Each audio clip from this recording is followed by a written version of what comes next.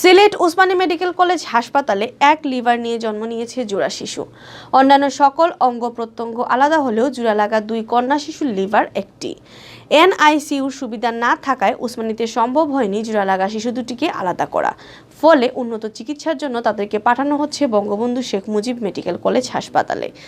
আর্থিক সামর্থ্য না থাকায় শিশু দুটিকে আলাদা করার চিকিৎসা ব্যয়ের জন্য সরকারের সহযোগিতা চেয়েছেন জোড়া লাগা শিশুর কৃষক পরিবার। বিস্তারিত জানাচ্ছেন রফিকুল ইসলাম কামাল। 25 জানুয়ারি ভোরে সিলেটের গোয়াইনঘাট উপজেলার ফতেহপুর গ্রামের কৃষক হাফেজ মামুনুর রশিদের স্ত্রী ফাতেমা বেগমকে ভর্তি করা হয় এমএজি ওসমানী মেডিকেল কলেজ হাসপাতালে। ওই দিন দুপুরে অস্ত্রোপচারের মাধ্যমে জোড়া লাগানো দুটি কন্যা শিশুর জন্ম দেন ফাতেমা। জন্মের পর থেকে গত এক সপ্তাহ শিশু দুটিকে রাখা হয় হাসপাতালের শিশু সার্জারি ওয়ার্ডের ইনকিউবেটরে। পরীক্ষা নিরীক্ষা করে চিকিৎসকরা নিশ্চিত হন শিশু দুটির সকল অঙ্গ প্রত্যঙ্গ স্বাভাবিক ও আলাদা রয়েছে। শুধুমাত্র দুটি শিশুর লিভার একটি, এক লিভার নিয়ে জন্ম নিয়েছে তারা। এর আগেও ওসমানী মেডিকেল কলেজ হাসপাতালে এরকম জোড়া লাগা শিশুর জন্ম হয়েছে। 25 জানুয়ারি জন্ম নেওয়া কন্যা শিশু দুটি ভালো আছে। মাঝে মধ্যে তাদের শরীরের তাপমাত্রা কমে যাওয়ায় তাদেরকে ইনকিউবেটরের মধ্যে রাখা হয়। শিশু দুটির কিডনি, হার্ট ও ফুসফুস আলাদা রয়েছে, শুধুমাত্র লিভার একটি। অপারেশনের মাধ্যমে লিভারটি কেটে শিশু দুটির মধ্যে প্রতিস্থাপন করে তাদেরকে আলাদা করা সম্ভব বলে জানিয়েছেন চিকিৎসকরা। আমরা এ পর্যন্ত সবই সেপারেট পেয়েছি, শুধু লিভারটা একসঙ্গে জোড়া লাগা আছে।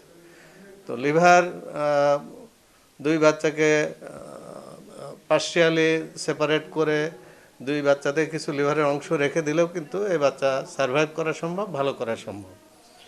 কিন্তু একটা সমস্যা, সেটা হলো যে এই বাচ্চার অজ্ঞানের ক্ষেত্রে এটা টাইম কনজিউমিং অপারেশন, অনেক সময় লাগবে।